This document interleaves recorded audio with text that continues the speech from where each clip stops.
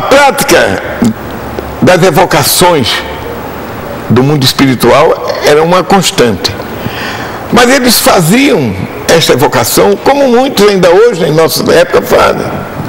O Espiritismo, pelo menos, também recomenda, faz determinadas recomendações, que não devemos evocar. Primeiro, porque um dia, até vou respondendo assim, eu me lembro de uma resposta que o Chico Xavier deu, quando se falava da mediunidade e queria que ele evocasse, não sei quem.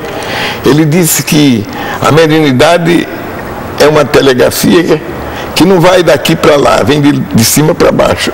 O telefone então, veja, toca daqui para lá e de lá para cá. Então lá eles queriam evocar espíritos, os mortos, para vitórias, para obter lucros, prazeres, né? Muitas vezes para o mal. Exato. Como ainda hoje nós temos ligeiros exemplos por aí.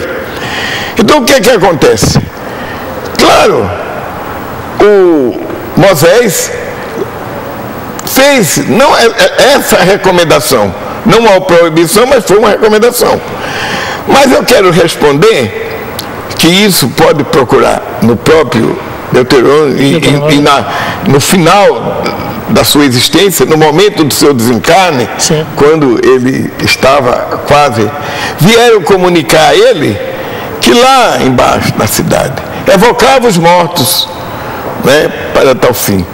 Então ele disse: bem-aventurados sejam, pois, se todos pudessem, tivessem a condição de evocar para o bem, né?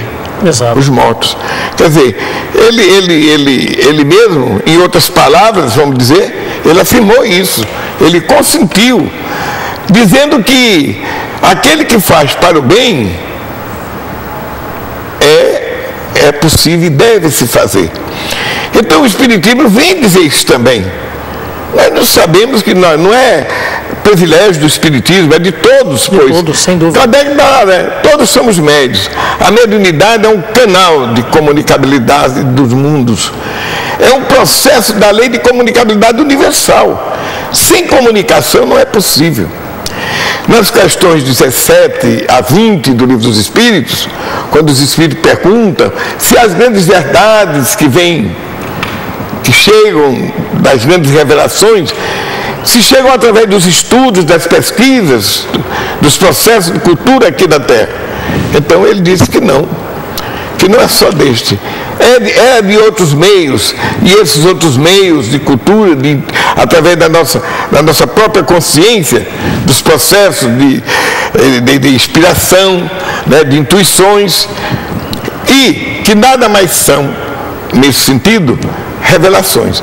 Então a mediunidade hoje, nós sabemos, com a eclosão do grande Pentecostes da nossa época, sim, porque foi o grande Pentecostes, porque Jesus recomendou e falou e nomeou o dia tal do Pentecostes, como nós sabemos, o dia que hoje a religião diz do Espírito Santo, não é isso? Sim.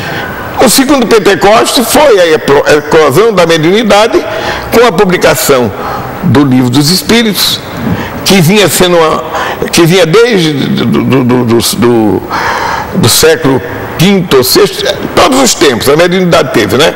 No próprio Velho Testamento nós vemos o caso daquela passagem do rei Saul, etc. Exato. Vem demonstrando a mediunidade. Mas houve uma preparação antes do convite, da missão do Kardec. Então, foi o caso das irmãs Fox, né? Isso. Também do Emanuel Swentenberg, foi do caso de Mesmei, né? E depois, com a eclosão da grande mediunidade, que a mediunidade é, sem dúvida, uma alavanca de progresso para a humanidade. Sem dúvida. Se não houvesse a humanidade, essa comunicação do mundo, não chegaria a revelações e a humanidade não estaria onde estamos hoje. Né?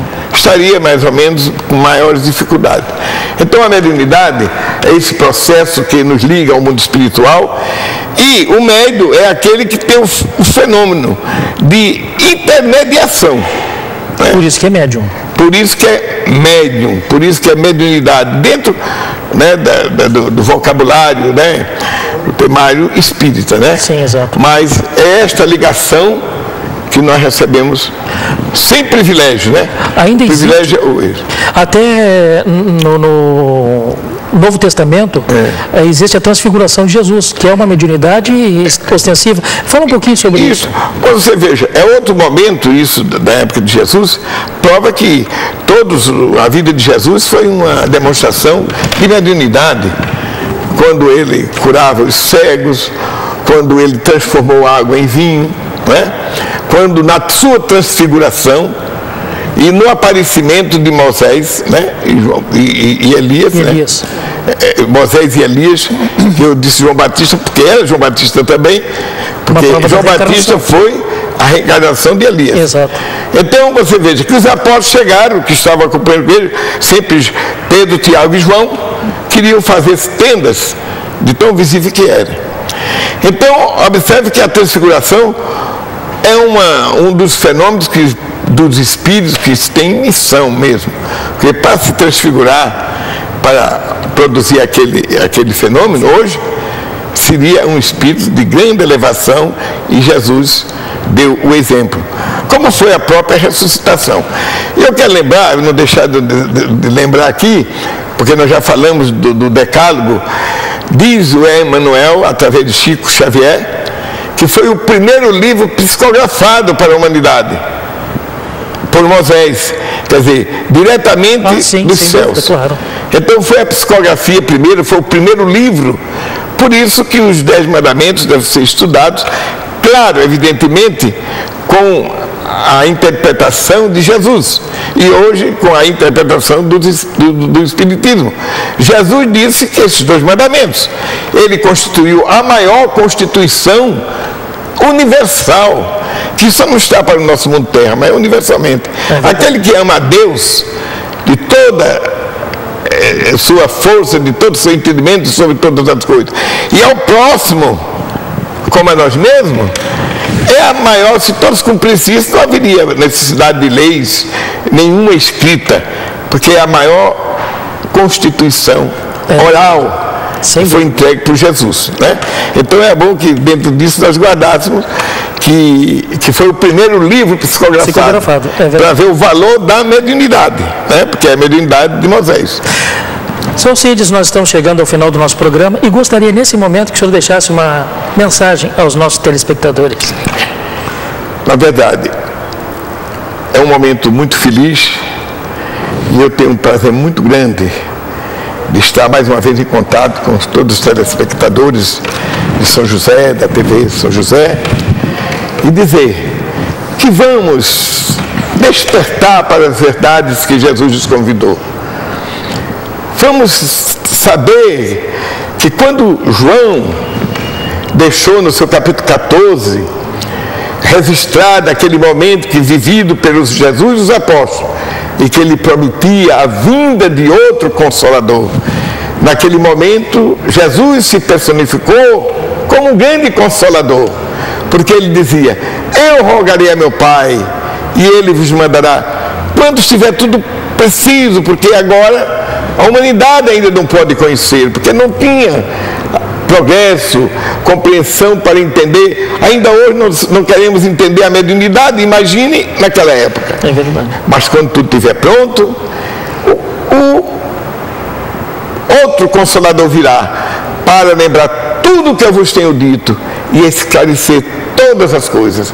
E aí está a missão, a natureza de revelação do Espiritismo.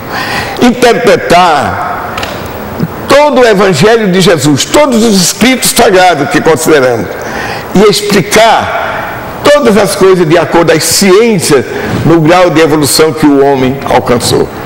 A todos, muito obrigado. Quero agradecer a presença do nosso querido irmão Alcides Tavares e agradecer a audiência de todos vocês. Um bom final de semana e fiquem todos com Deus.